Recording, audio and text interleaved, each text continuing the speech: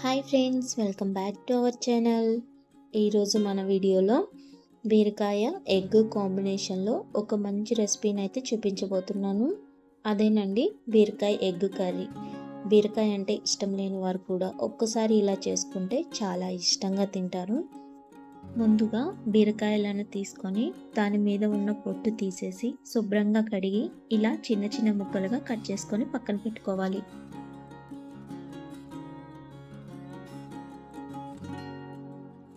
ఇప్పుడు గ్యాస్ మీద కడాయి కానీ వెడల్పాటి గిన్నె కానీ పెట్టుకోవాలి. దానిలో ఆయిల్ వేసి ఆయిల్ వేడైన తర్వాత అందులో కొంచెం ఆవాలు, జీలకర్ర వేసుకోవాలి. ఇప్పుడు దీనిలో చిన్నగా కట్ చేసి పెట్టుకున్న ఆనియన్, పచ్చిమిర్చి వేసుకోవాలి.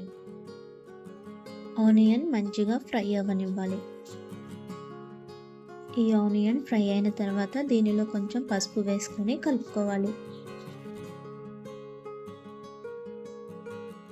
ఇప్పుడు దీనిలో కొద్దిగా అల్లం వెల్లుల్లి పేస్ట్ వేసుకోవాలి. అల్లం వెల్లుల్లి పేస్ట్ పచ్చివాసన పోయేంత వరకు ఫ్రై చేసుకోవాలి.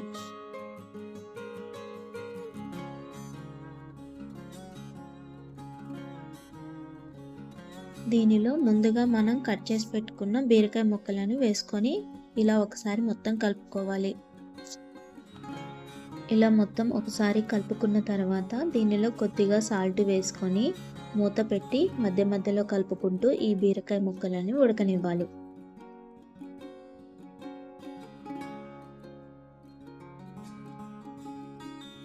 బీరకాయ ముక్కలు కూడా ఉడికిన తర్వాత దీనిలో రుచికి తగినంత కారం, కొద్దిగా ఉప్పు వేసుకోవాలి. ఎప్పుడైనా సరే కూరలలో కారం కానీ మసాలాలు కానీ వేసుకున్న వెంటనే కలుపుకోకూడదండి. దీనివల్ల కూర మనకి తొందరగా అడుగంటుతుంది. ఇలా ఉప్పు కారం వేసిన తర్వాత కూడా మొత్తం మళ్ళీ ఒకసారి ఇలా కలుపుకొని మూత పెట్టి 2-3 నిమిషాల పాటు ఈ కూరని ఉడకనివ్వాలి. ఇలా 3 నిమిషాలు ఉడికిన తర్వాత ఎగ్స్ వేసుకోవాలి. ఇక్కడ నేను 3 ఎగ్స్ తీసుకొని వేసుకుంటున్నాను.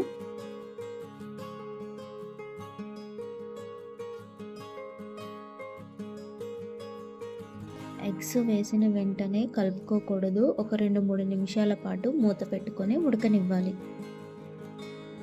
2-3 నిమిషాలు ఉడికిన తర్వాత అడుగంటకుండా చిన్నగా ఒకసారి ఇలా కలుపుకోవాలి.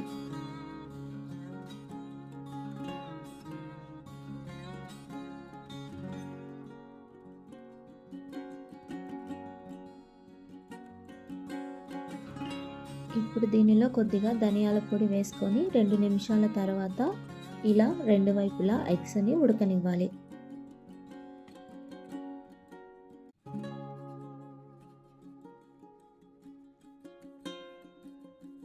ఇలా 2 వైపులా ఎగ్స్ మంచిగా ఉడికిన తర్వాత వీటిని చిన్న చిన్న పీసెస్గా చేసుకుంటూ ఇలా కలుపుకోవాలి.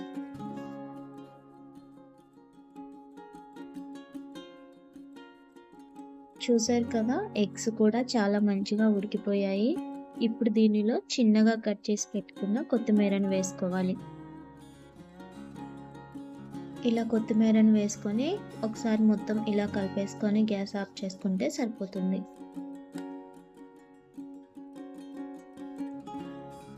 ఇప్పుడు దీనిని ఒక ప్లేట్లోకి సర్వ్ చేసుకోవడమే. చూసారు కదా ఫ్రెండ్స్, చాలా టేస్టీగా ఉండే బీరకాయ ఎగ్ కర్రీ చాలా టేస్టీగా ఉంటుంది. ఈ కర్రీ మనకి రైస్లోకి కానీ చపాతీలోకి కానీ చాలా అంటే చాలా టేస్టీగా ఉంటుంది. తప్పకుండా ఒకసారి ట్రై చేసి చూడండి. నేనైతే ఎప్పుడైనా ఇలాగే ప్రిపేర్ చేస్తాను. మీరు ఎలా చేస్తారో నాకు కామెంట్స్లో చెప్పండి.